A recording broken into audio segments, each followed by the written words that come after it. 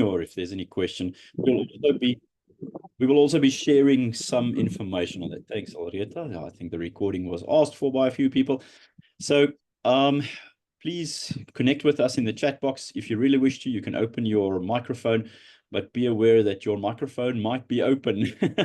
And we will try and mute you if it was not your intention and we hear background noise. But you're welcome to share with us. I'm going to share my screen just to kick us off on a little bit of a journey.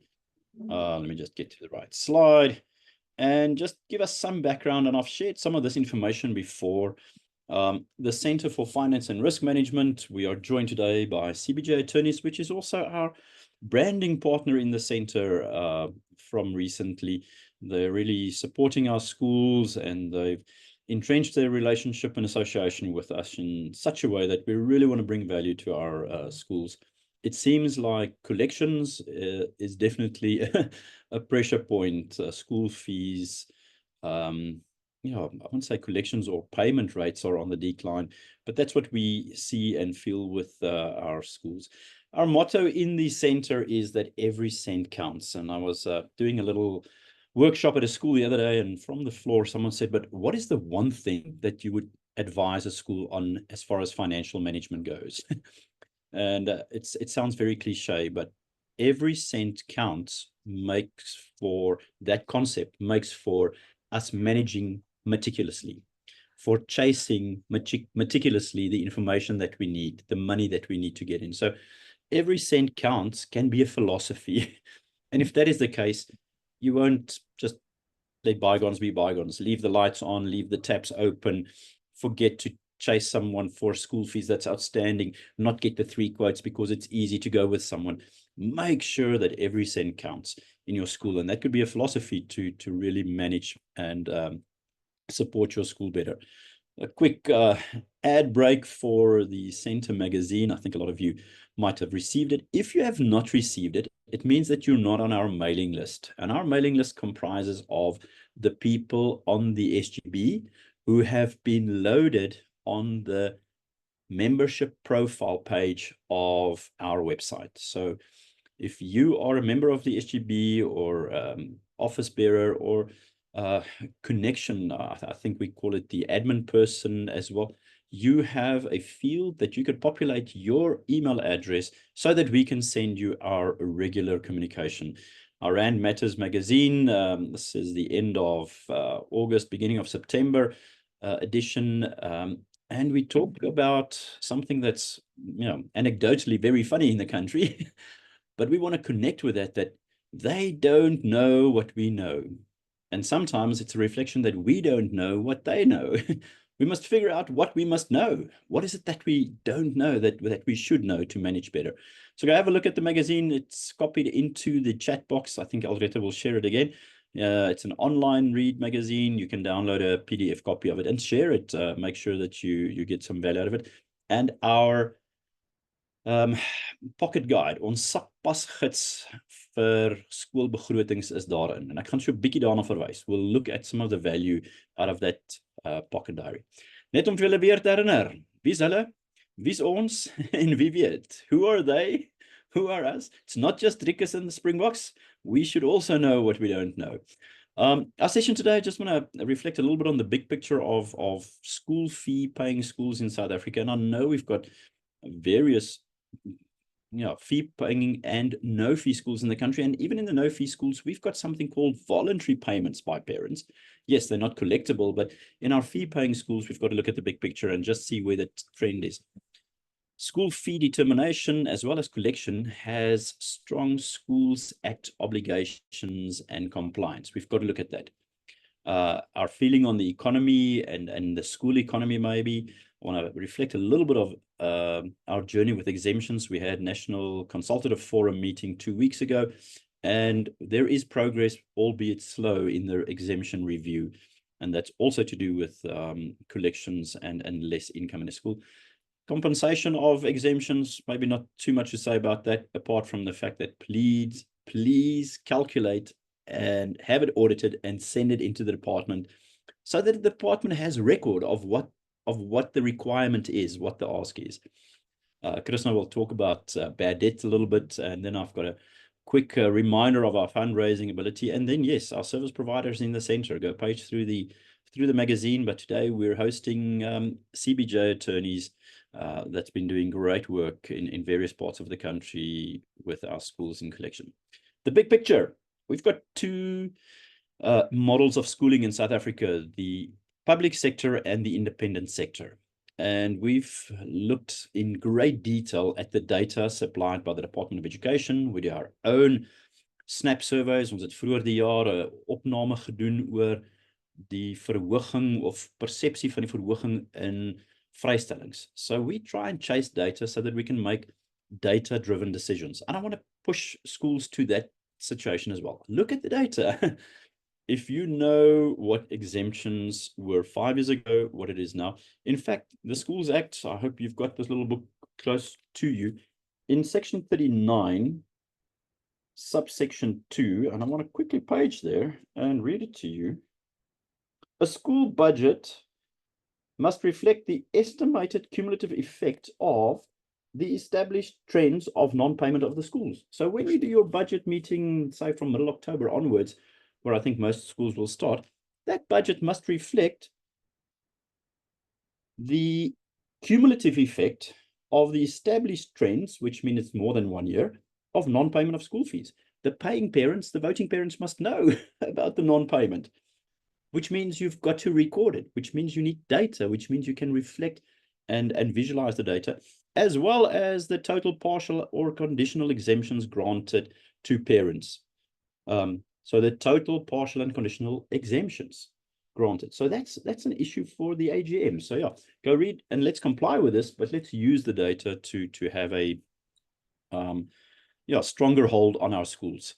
The data is showing us some big numbers. What is the critical number? I asked someone the other day in a workshop, if 60% of the learners need to be in quintile 1 to 3 schools, according to the gazetted national norms and standards for school funding, and I'll show that, it is deemed that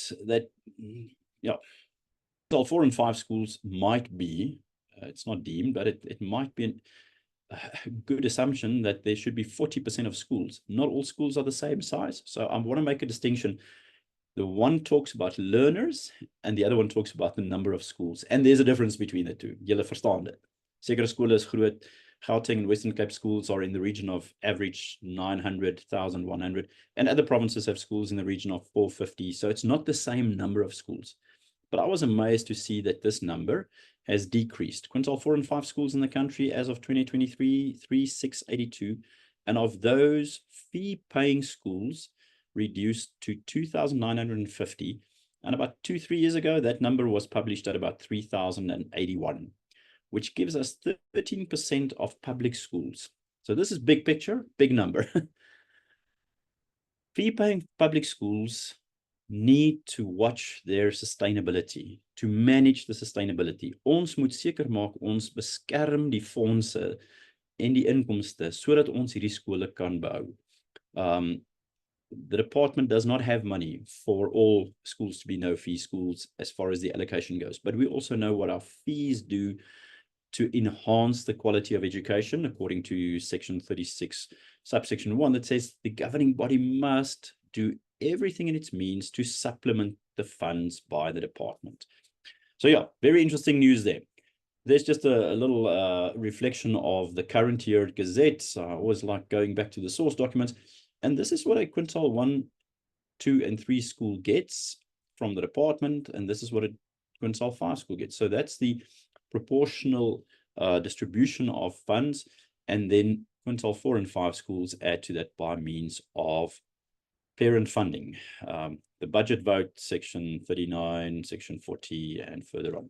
So yeah, very interesting. I think that's available on our website as well as on the department's website. The big issue is money makes the world go round. Well, if money makes the world go round, then school fees make the school bell sound. Fees make a big difference in the school. What determines or affects the fees? The macroeconomy, election years, stability in world peace or instability in world peace. The microeconomy, how's it going in South Africa? Our interest rate, our tax recovery rate, the exchange rate, and then in the school, the local community, the school economy. And then someone said that we, I think it was Mike Schusler in 2020, we held a webinar with him and saying, what's the effect of COVID on school fees? He says in the short term, probably not too much, although a lot of schools found it acutely desperate in 2020 already.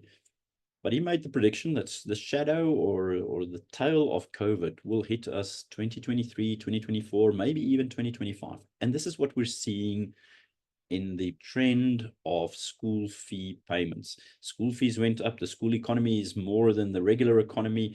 As school fees go up, more people struggle to pay, less income, resulting in more school fees, and it's a bad cycle.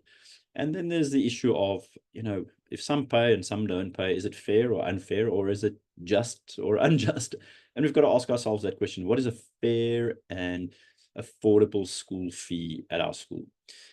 Maybe just a quick revisit to our exemption survey of earlier this year, just a quick show of the schools that participated, 48% primary, 38% secondary, and usually the secondary schools are about a third of the total, and the primary schools are 2/3 of the total. That's more or less the ratio in the country. So you can see it reflects that. But that gives us this information of what school fees are, and you can have a quick squiz at that to see where your school fees pitch. So it's wide. 15% is under 10,000 Rand a year. 27% is between 10 and 15,000, which is a mix of primary and high school, probably more primary schools in that bracket. And then we've got some 19% of schools over 30,000 with the mix in between. This is what concerns me. The number of exemptions, die aantal vrystellingsaansoeke jaar tot datum. Who experienced this year more, and maybe you can give us a thumbs up in the reaction block there, who experienced more applications in Rand value and in quantum this year to date, up until now, compared to last year at the same time? Maybe if there's I hope I can see the reactions, but there should be a reaction block with a little thumbs up. I don't see it, so maybe, but you know what your trend is, and that's the concern for me. If 63% of schools earlier in the year reported higher level of exemptions, it means it will probably turn into a higher level of bad debts as well. And we're going to show you this quickly. We have the budget guide. Alreta will share that for our members in the chat box. It's also available on our website. We did some work with some consultants, did a survey with our schools, and analyzed quite a few, more than 120 financial statements of schools. And instead of just working with an average, we bracketed them, sort of like the quintile system, but we said the highest 25%, the second 25%, the third 25%, and the fourth 25%, just to get a more granular, a finer gekalibreerde skaal, wat dit vir ons akkurater maak. So jy kan sien waar jy inpas. In daai begrotingsgids, ek het nou die persentasies hier, so the percentages are reflected here, but in the guide, you will see this is a school with fees of probably higher than 30,000 Rand a year and more than 1,000 learners. This is around 22,000 a year with 850 learners. And there's a discrepancy or a differentiation between these, but that gives us accurate detail. So this is what schools are experiencing. The proportion is probably lower, but it's a high quantum because of the value. But you see 13 to 14% exemptions and default, 6%, 8%, 10%. Here we go to the smaller schools with lower fees, running at 22% exemption, 17%. This is 40% of the fees not recovered in the high school. So we've got to look at stronger. Similar situation in the primary schools, 34% not being recovered in the smaller, lower fee schools. So this is where our problem area lies, and this is a big quantum between these two schools. That's a huge amount of money. But you can see that breaking the average down into 4 brackets gives us better data and detail to work with. As far as collection goes, I'm going to quickly jump into the Schools Act and the reason for that. We had a question, and Krisna and I will discuss it. But why are school fees deemed to be statutory fees? Because it's fees that are established by means of the Schools Act. It's a law that establishes that fee. So section 38, 39, 40, and 41 is the process of establishing school fees. According to the AGM, different provincial regulations must be adhered to. Some have quorum, some don't. And then there's a parent vote. Then there's an obligation on the school to collect school fees.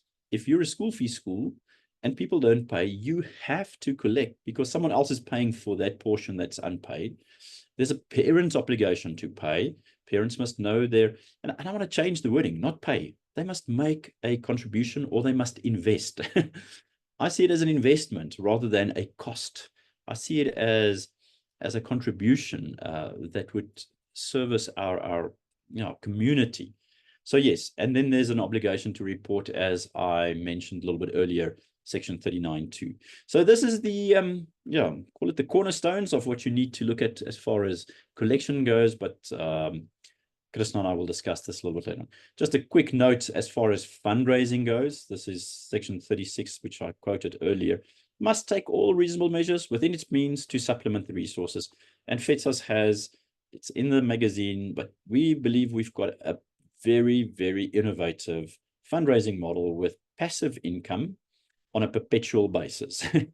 People chow data every day. Mense leef op hulle fone. South Africa is the #1. We're the world champions in screen time per day.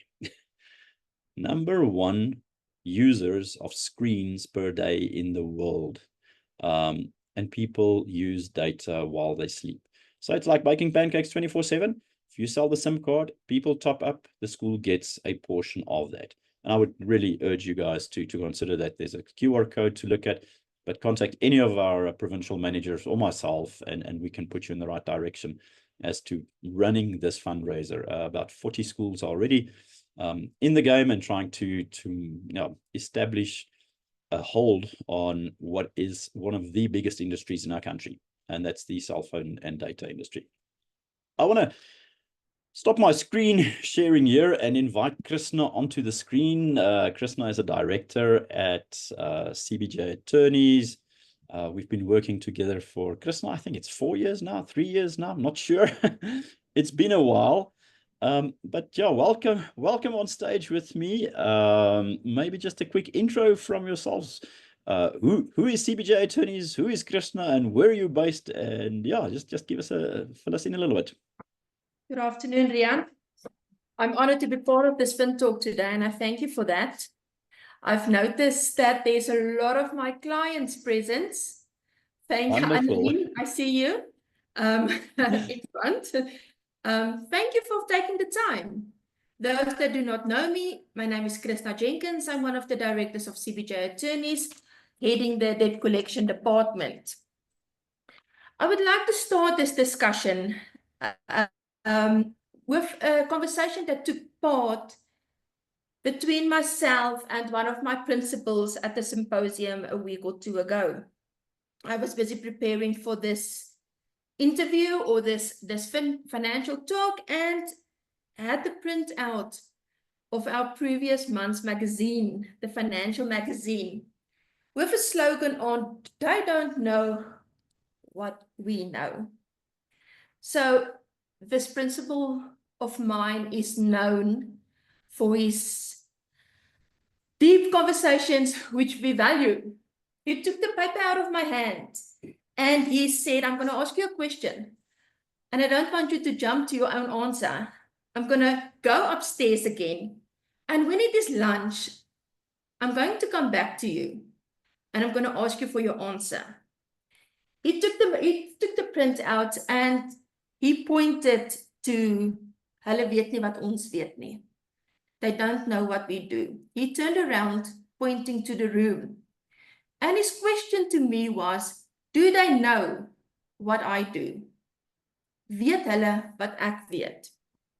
So I know I'm not a big rugby fan. I'm not a fan of trickers, but I know the slogan. So he tickled my head. And for a while, I couldn't continue with my preparations because I was focusing which answer to provide my principal if I don't even understand the question. So I'm going to leave you with that thought and I'll get back to it later today.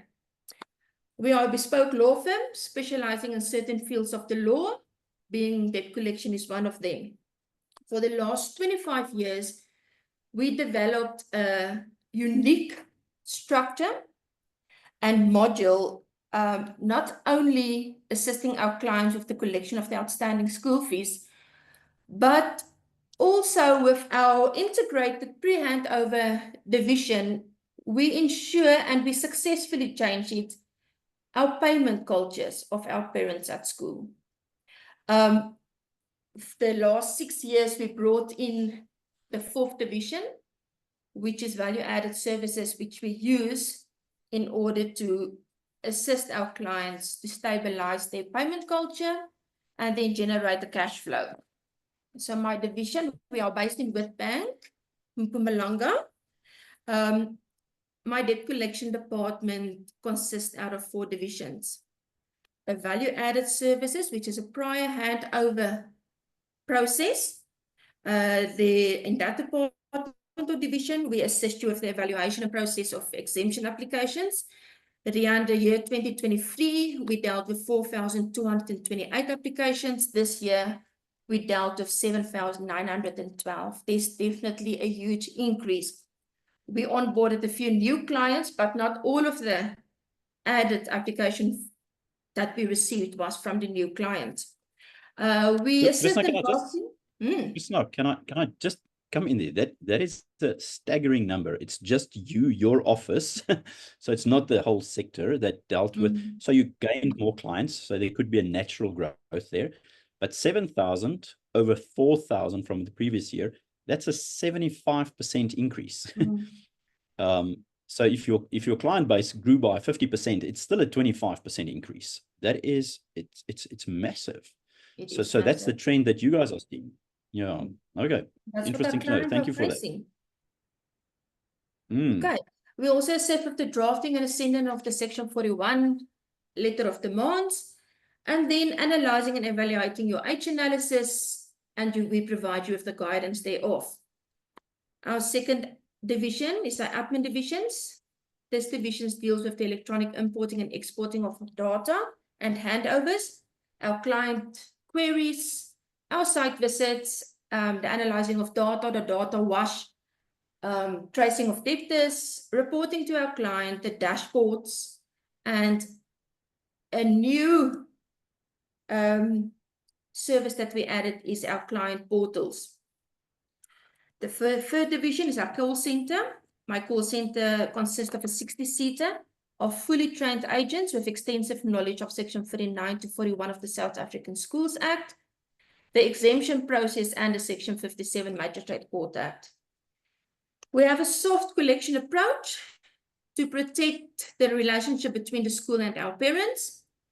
Collecting on pre-legal matters are done through advanced payment system solutions, ensuring successful collections, those debit orders that cannot be returned. And the last one, and I think a while ago you asked me the question, what's the difference between a debt collector and an attorney? Yep. We call it the thief. We do not need to appoint an attorney firm to run with the legal route. We have our own division. Our legal division deals then with the hardcore collection through the court process, which will then include then the summons, the judgment, the warrant of execution, and the financial inquiries. How do we work? We work on a no collection, no fee basis, thus there is no risk involved to our clients. All costs, direct expenses, and disbursements are covered by our firm until the parent starts making payments. It is important to understand that we do not only focus on the collection of outstanding school fees. We work hand in hand with our clients addressing and stabilizing the payment culture of the school. Several processes, which includes pre-handover and after handover, is implemented at our schools, ensuring a positive cash flow and a lower default rate from parents. That is who we are. That is I've got a few, I don't know if there's a few questions that popped up here. I'd like to quickly delve into a question, Krisna, if you may, because I think what you said, a penny dropped for me, to change the culture of payment or the payment culture at the school. Because I think if it's just fees, collection, summons, it's very legal, but there's, even if you get summons, you don't get the cash. You know, it's still a difficult one. We need fees. We need the culture of payment. How would you, I would say define, but how would you position that, and what do you do to change that culture of payment so that you don't just have this bad relationship between the school and the non-paying parent? What have you seen work with that? So what we are dealing with when we approach the age analysis of clients is we discovered that there's no consistent follow-up of payments from parents. So there's no monthly, no strict, adamant, consistent follow-up for payments, creating the culture of non-payment at schools, or if they need to choose between the school fees and SPUR, unfortunately SPUR will be top priority. So there's a lot of processes that we implemented, tested, and with several of our schools that proved that if we work hand in hand on pre-handovers and handovers, that we can change the payment culture of the school. So it's working from the start, not from later on when it seems to be can't collect it, hand over and hope for the best. Okay, but of both. Okay, no, that's I think that's something that should become part of our language. This should become part of our. If we say every cent counts, that's one cornerstone. But we should say this is a school where we create a payment culture, or a culture of payment, culture of investment, because the school adds value with that extra fees. Yeah, I wanted to ask something else now. It slipped my mind, but yeah, I'm staggered by the numbers of the exemptions. I don't know if schools were aware of the fact that they could have someone else help them process the exemptions. The Schools Act says, or the regulation on exemption says, a parent must apply and give details, and it should be considered by the SGB, I think the chair, and then the rest of the SGB. How does your process work there? How do you alleviate the pressure on the school and possibly have, you know, a stronger hold on what the number of exemption, well, the amount of the exemption is? So, Rian, we have a few systems in place to validate the information provided by the parents, which include work employment, average income for the last financial year, active businesses on their profiles, monthly accounts, which they are paying, and. So we've set up a few systems, and we wrote a program or two to obtain those valuable information that's needed to ensure that the decision that you made to determine whether a person qualify or not has been validated. So you're looking at accurate information, not just information given, but the accuracy and the validity of that. That's correct. At scale. To deal with 7,000, it's more than one school dealing with 200 or 300. So you've got systems in place. Sorry, I interrupted you there. I think it's critical. Someone just asked a question in the chat box. How about giving parents a timeline in which to apply and fill out the details? Because I think it's a culture of payment, but it's also a culture of communication, culture of dealing with. I mean, if you want to apply for exemption, don't wait until November. Apply. Otherwise, we're gonna start with our Section 41 process in March. Your thoughts on that? What is it? What is a good practice? Exactly what you can't apply in November. We prefer, even though the application for exemptions will never close, we prefer that it's been dealt with during the months of February, March, April at the latest. Should your financial situation change later the year, we do understand, and you need to apply for exemption then. But with the constant follow-up and analyzing of the age analysis, you pressurize that parent to come and make your application, to come and collect the application for exemption. Earlier rather than later. Okay. Maybe to jump off the exemption process, I mean, exemption is a big issue, but that's a legal process, and verification is quality and perfect into the income process. But then debt collection, there are people that pay automatically. There are people that you need to harass and constantly remind. And then there's the people that just, they don't apply for exemption, they just refuse to pay. What is the value added that CBJ can do there as a debt collector, but also with the attorney firm attached to that? Okay, so we need to ensure that the pre-handover process has been duly followed in terms of your Section 41. A lot of schools neglected to send out the Section 41. If that is not done, it will not be, the judgment will not be approved by court. When we do approach the court for summons and then judgment and a financial inquiry or our alternative for warrant of execution, one of the documents that needs to be attached to such is the Section 41 and the proof of registered post or registered communication emails then. The registration form needs to be attached. And it seems like it, so when we onboard a client, we ensure that all those things and systems is in place before we proceed with the onboarding. Okay. No, that sounds great. Sorry, I interrupted you. I don't know if you wanted to share something more on the problem you help schools with. How can we support our members? Let's get back to the conversation with my principal. So lunchtime arrived and boom, is the principal standing in front of me and I still had no answer. He then started and he said, the school environment make use of several service providers. He never realized before he started to deal with our firm that one of the most important service providers should be the one dealing with the collections of outstanding school fees. He said, I taught him about the red flags. I identified flaws in his system, which he was not aware of. You implemented a sufficient system into my school, ensuring stable and determined follow-up of payments. You entered our school and you queried my systems. You guided us and advised us on several matters relating to the finances of the school. You opened so many questions which you were able to answer. And all of a sudden the light came on. Do the other people know what he does? So I'm going to end off today with that.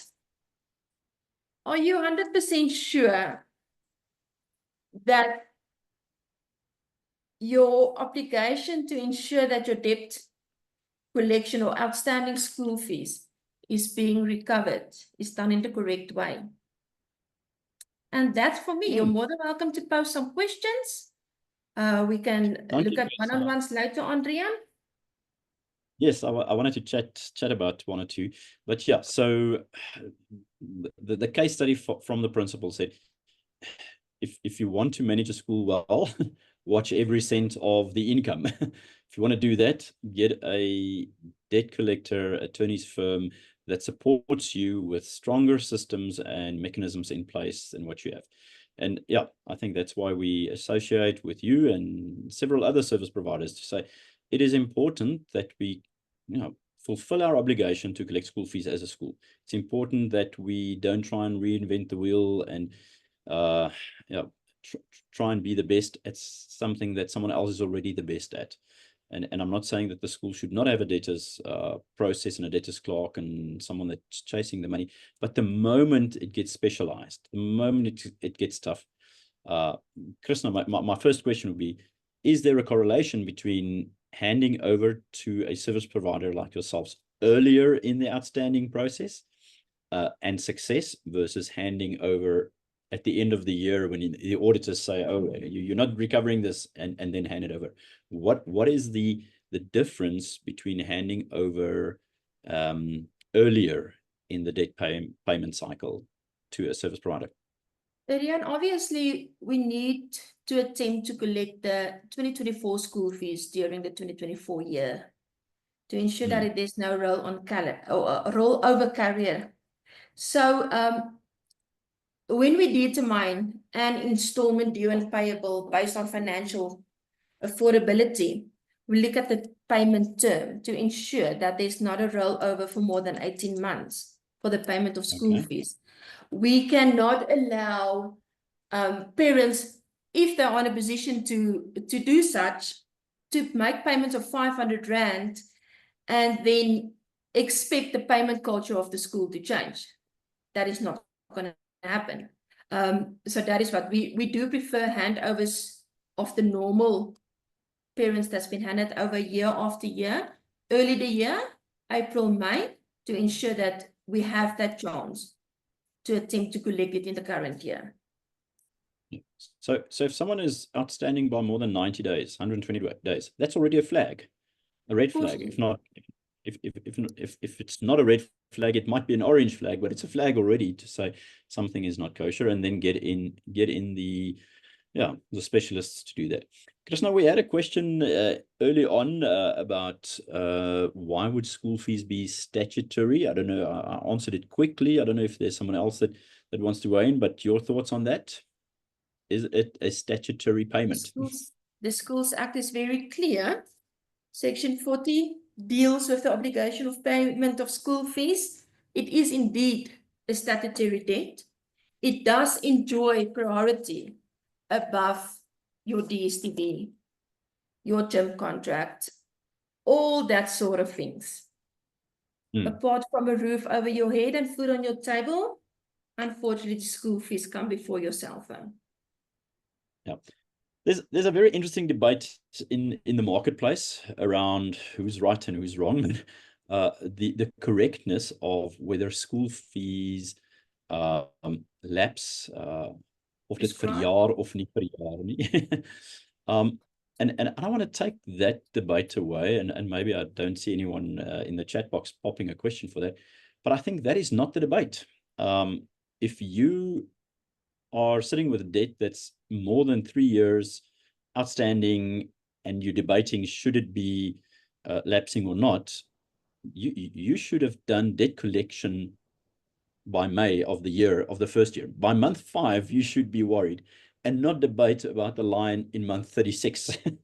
And I know, so my take on that is we believe it's a statutory debt. It does not age. It does not lapse. That's the FEDSAS legal opinion on that. But we should not debate the fact that is it or is it not? We should collect fees. We should drive fees. And I think that's why we speak to service providers to help schools and say, let's not wait until month 35 so that we have to debate month 36. Let's wait until month 6 and then start putting pressure and start ensuring that we're fulfilling our obligation to collect fees. I want to see if there's any question. I'm going to look at the hands on the screen. Anyone want to weigh in? I see some people in their offices. I don't see someone today washing their hair, which we had last time at the hairdresser. But it's so good to see everyone on screen. Is there any question from the floor or any comment that you want to make? Is there anyone that wants to say hi to Krisna? You're a current client. Just give her a thumbs up or a kudos. Otherwise, we're going to be closing the session, and I'm just going to fly 2 more slides for you. But yeah, Krisna, thank you very much, and thank you for all the support that we're getting from CBJ Attorneys. It's really great to see our schools thriving. It's a wonderful testimony from that principal. It doesn't seem like anyone wants to share something. I want to quickly share 2 slides just as a closure here and see if that shares. Hopefully you can see my...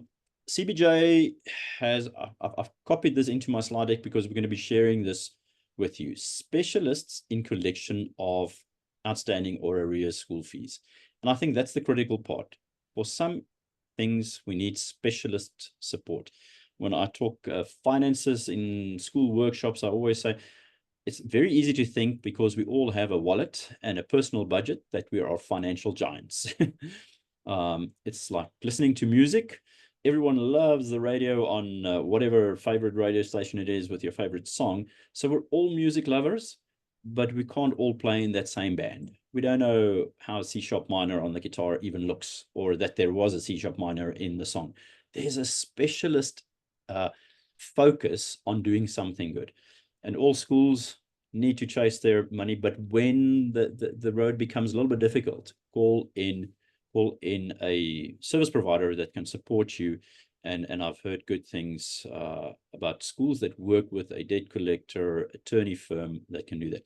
So there is a little bit of a backdrop, and you can contact Krisna at CBJ Law.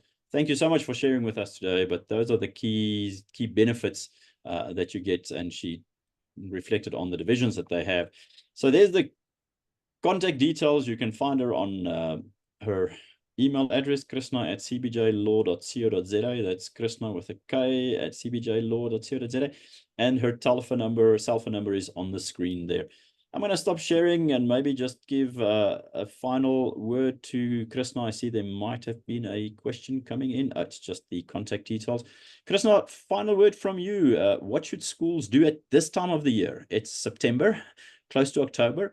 What should schools be doing now to ensure good collection next year and effort on the outstanding fees still in the debtors age analysis at this time of the year? Young Rian, if your age analysis is still standing on 2 million, there's something wrong. Give me a call so that we can have an evaluation and see what's happening. So schools can contact you, get an analysis and evaluation, and see how you can help them and maybe generate some cash before the end of the year. And then obviously take into account your school fee non-payment when you calculate school fees for next year. I wanted to just maybe share a little bit on the exemption. We know that the current formula is based on the fact that if school fees go up, more people qualify for exemption if their income stayed the same. We're in serious, deep talks with the department, and I know schools have been asking us, what's the timeline like? We had a meeting with the department at the National Consultative Forum 10 days ago, and we've got a commitment for workshopping this issue towards the well, hopefully in October of this year, to show that the model does not work for schools of higher fees. And we've got parents earning in excess of 500,000 Rand a year, which puts them in the top 20% of the taxpayers in the country. More than $1 million a year puts them in top 5% of the taxpayers in the country applying for exemption, which, according to me, sounds a little bit unfair. The regulation was written for people that has the inability to pay. They are unable to pay. You mentioned, Krisna, that school fees should be a higher priority than DSTV. Yes, it should, because the one is an investment in your child's life. So yeah, we're looking at review of the exemption tables. I know it's been talked about for probably 18 months to 2 years now, but we hope for good news somewhere soon in our lives. But yeah, Krisna and her team can help and assist with verifying the information. Last quick question, Wim, what must happen when you have unpaid fees for those leaving school, like going to grade 8 from primary school? Sure, I've got a thought, but Krisna, you've got to collect. What's your answer there? They're going to leave your school. If handover took place during the month of March and April, you would have been in a position to ensure that that money is recovered in that year before the child leaves. Normally they leave to the high school in the same region, so they are not lost. However, there's a bigger problem with the matrics leaving the high schools. Yep. Some of them, if they're out, they're out. They're missing. Yes. So I'm not too concerned about the grade 7s leaving for high school. I'm more concerned about the grade 12s disappearing. Yeah. I know that some schools in our area have a different payment term for grade 7 and grade 12. You know, where a lot of schools just have a flat rate, one size fits all, no data-driven decision approach to it is to say everyone pays over 10 months except grade 7 and grade 12, which is on a 6 or 7 month basis, because you start disengaging with the family, with the parents. So consider that. But thank you for that. Sorry for the late question, but is it still a statutory fee for independent schools? No, that's an interesting question. So independent schools also have fees, but it's a contractual fee. it's not based on the AGM. That is based on a contract. So there's a contractual fee that gives different, and thank you for that question, because it is different for public schools, which is based on the fee determination by means of the parent meeting, versus an independent school that has fees based on the contractual agreement. But Krisna, you guys can support independent schools as well? Yeah. Yes, we've got independent schools. And it's a debt And it's collection. contract-based. Yes, you're 100% right. It's contract-based. Yeah. Does the SGB have a right to dismiss a child that owes school fees for a year or two? No. No. Asseblief nie. Dankie, asseblief nie. The Schools Act is clear. No discrimination against the child. No undue treatment of the child. Nothing. School fees is an obligation of the parent, and the parent, that's why the Section 41 process must be followed.